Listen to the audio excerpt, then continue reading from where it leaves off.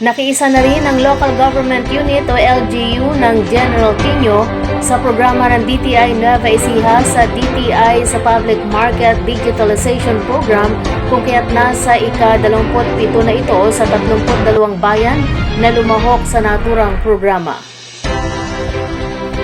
Sa ilalim ng naturang programa ay ang mga bahagi ng provision ng e-Price Watch Board, Scan Matrix System at ang pagpapatibay ng Payling QR PH Plus na inaasahang makatutulong hindi lamang sa vendors kung hindi pati sa panig ng mamimili.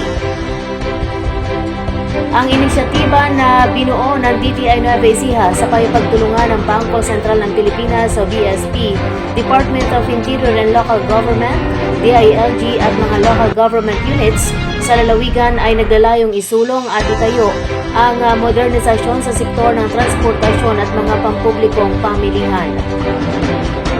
Sinabi ni Provincial Director Richard V. Simangan na ang digitalization ay isang milestone sa pagunlad ng mga pampublikong pamilihan upang gawin itong mapagkompetensya, mas-secure at makapagbigay ng mahusay na mga opsyon sa pagbabayad para sa kumukonsumong publiko. Present din sa okasyon ang iba't ibang sektor sa komunidad upang suportahan at tanggapin ang mga hamon ng digitalization para sa paglago ng kanilang ekonomiya.